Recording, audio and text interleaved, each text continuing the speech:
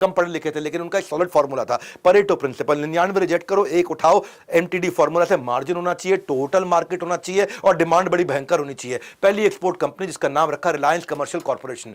अब 5x5 के छोटे कमरे से चालू किया, अपने बड़े साम्राज्य की शुरुआत छोटी थी। शुरू करो शुरू करो शुरू करो शुरू करो। अगर आप भी देख रहे हो ना मेरे साथ में, कमेंट बॉक्स तो आपका अपना प्ले फील्ड है जी, ये आपका अपना प्ले ग्राउंड है, जितने मर्जी कमेंट करो, बताओ किसके बारे में देखना चाहते हो।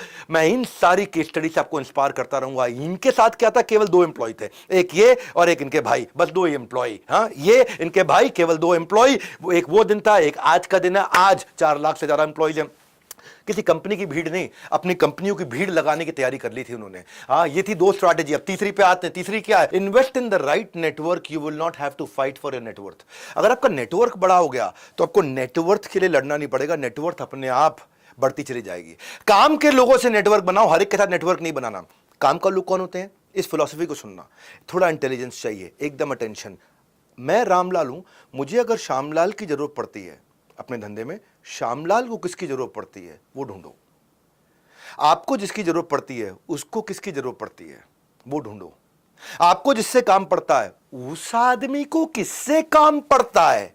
अगर उसको जिससे काम पड़ता है वो आपका हो गया तो ये तो अपने आप आपका हो जाएगा। ये है मेन मुद्दा, समझना ध्यान से। एक्सपोर्ट का बिजनेस इनका चल रहा था, एक्सपैंड करने की ये सोचते थे। कंपनियों को जब तक चेन ना बन जाए तब तक चैन से नहीं बैठते थे। और उनको अपॉर्चुनिटी कहां मिली? एक अपॉर्चुनिटी हुई, ये ढूंढ रहे थे सारी अपॉर्चुनिटीज को, तभी इंडियन गवर्नमेंट ने एक्सपोर्ट प्रमोशन स्कीम अनाउंस कर दी और कॉटन सिंथेटिक क्लोथ्स को एक्सपोर्ट करने पर सब्सिडी मिलने लगी। बड़े बड़े ब्रांड्स उस समय एक्सपोर्ट किया करते थे। गवर्नमेंट चाहती थी एक्सपोर्ट करो ताकि डॉलर आए और भारत की इकोनॉमी स्टेबल हो जाए।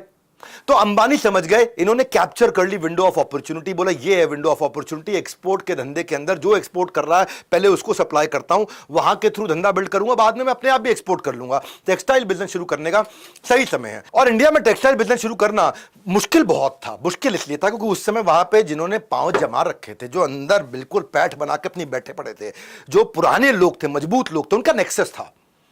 वो नए ट्रेडर को रॉ मटेरियल लाने में दिक्कत, पीछे सप्लायर के साथ दिक्कत, आगे बेचने में दिक्कत, ना पीछे से माल ले सकते ना आगे दे सकते। एक आपस में उनका बुना हुआ नेक्सस था। अब मार्केट में एंटर करने के लिए कनेक्शन चाहिए और धीरू भाई कनेक्शन बनाने में माहिर थे। इनके पास फाइनेंशियल कैपिटल नहीं थी पर नेटवर्क बनाने की कैपिटल तो थी ना इनके पास में।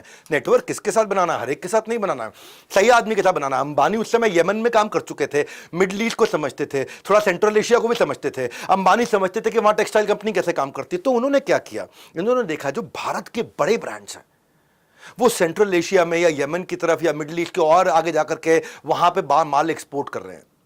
तो इन्होंने क्या किया, अगर मेरे को बड़े ब्रांड की जरूरत पड़ती है, उसको वहां पे यमन में किसकी जरूरत पड़ती है, उसको मिडिल ईस्ट में किसकी जरूरत पड़ती है, वहां के